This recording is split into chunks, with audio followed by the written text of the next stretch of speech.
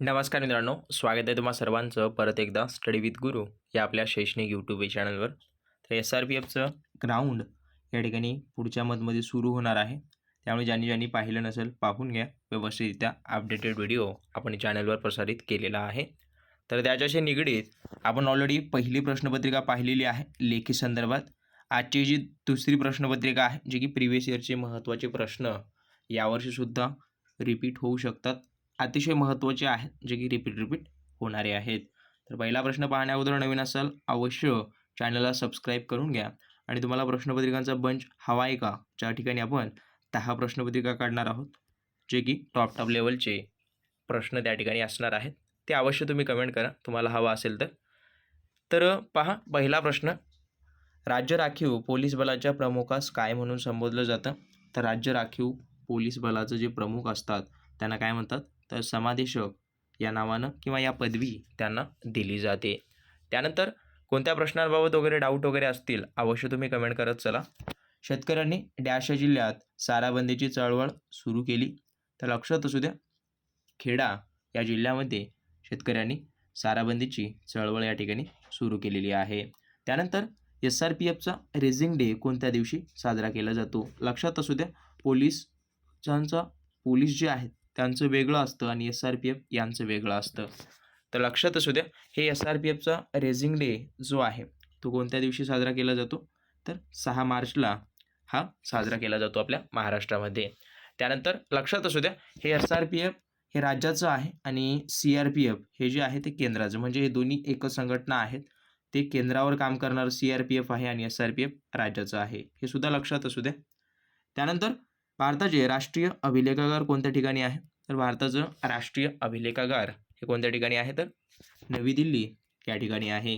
त्यासोबत पहा, जानेवारी 2023 मध्ये लक्षात असू द्या, हे जे तुम्हाला करंट अफेअर आहे जवळपास तुम्ही मागचे 3 ते 4 महिने, मिनिमम 6 महिन्याचं केलं तरी चालेल, बट मिनिमम 3 ते 4 महिन्याचं तुम्ही करंट अफेअर करून चला, कारण का त्यावर 100% प्रश्न पडतातच. त्यासोबत पहा, हा करंट अफेअरचा आहे, विरासतवाडी महोत्सव कोठे पार पडला? तर विरासतवाडी नावाचा जो महोत्सव आहे तो सुद्धा नवी दिल्लीला पार पडलेला आहे. त्यानंतर पुढे पहा, स्वतंत्र भारताचे किंवा भारतातील पहिले मुख्य निवडणूक आयुक्त म्हणून कोणाची नेमणूक केली गेली? लक्षात असू द्या, आत्ता लोकसभा निवडणुका चालू आहेत. या निवडणुकीसंदर्भात जेवढे काही प्रश्न तुम्हाला मिळतील किंवा तुम्ही तयारी कराल ते तुमच्यासाठी अतिशय उपयुक्त राहणार आहे. जनगणना आणि निवडणूक हे 2 मुद्दे आहेत महत्त्वाचे, जे की तुम्हाला चांगली तयारी करून जा. त्यावर 4 ते 5 प्रश्न 100% प्रत्येक पोलीस भरती म्हणून पोलीस भरती नाही, जे परीक्षा तुम्ही फॉर्म भरलेला आहात त्या सर्वांसाठी विचारण्यात येतील. तर ते तयारी करून जा. तर पहिलं मुख्य निवडणूक आयुक्त हे जे आहेत ते कोण होते? तर लक्षात असू द्या, हे सुकुमार सेन हे होते किंवा यांची नेमणूक करण्यात आलेली होती. त्यानंतर महाराष्ट्रातील नवेगाव नावाचं उद्यान कोणत्या जिल्ह्यात आहे? तर गोंदिया जिल्ह्यामध्ये असलेलं हे महत्त्वाचं नवेगाव उद्यान आहे. त्यासोबत महाराष्ट्रात हरित क्रांतीचे जनक म्हणून कोणाला ओळखलं जातं? तर लक्षात असू द्या, वसंतराव नाईक हे जे आहे ते हरित क्रांतीचे जनक आपल्या महाराष्ट्राचे वेगळे आहेत आणि भारताचे वेगळे आहेत. भारताचे कोण आहेत हे तुम्हाला कमेंट करायचं आहे. त्यानंतर डिस्कवरी ऑफ इंडिया या टोपण नावाने कोणाला ओळखलं जातं? हे डिस्कवरी ऑफ इंडिया नावाचं पुस्तक आहे, जे की हे कोणी लिहिलं? तर लक्षात असू द्या, पंडित जवाहरलाल नेहरू यांचं हे पुस्तक आहे मित्रांनो. त्यानंतर भारताच्या राष्ट्रध्वजावरील जे अशोक चक्राचं चिन्ह आहे, प्रतीक आहे, ते कशाचं प्रतीक आहे? तर लक्षात असू द्या, हे जे अशोक चक्र आहे आपल्या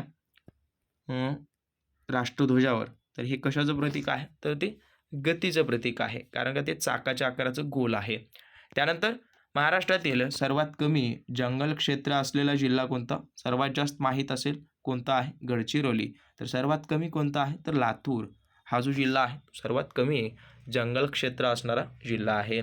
त्यानंतर मराठी सत्तेचा उदय या नावाचं पुस्तक कोणी लिहिलं? तर मराठी सत्तेचा उदय या नावाचं जे पुस्तक आहे ते न्यायमूर्ती महादेव गोविंद रानडे यांचं हे पुस्तक आहे. त्यासोबत खूप सारे आहेत, बाळशास्त्री जांभेकर यांचं दर्पण वगैरे आहे, विदा सावरकर यांचे वेगवेगळ्या संघटना आहेत. 1757 आय थिंक उठाव या संदर्भात त्यांचे पुस्तक वगैरे आहे. त्यानंतर स्वातंत्र्य समर नावाचं काहीतरी आहे.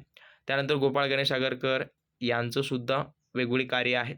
हे जे आपले समाजसुधारक आहेत, विशेष करून महाराष्ट्रातले, यांचं परिपूर्ण तुम्ही आकलन करून जा. यावर 100% प्रश्न तुम्हाला पडतोच.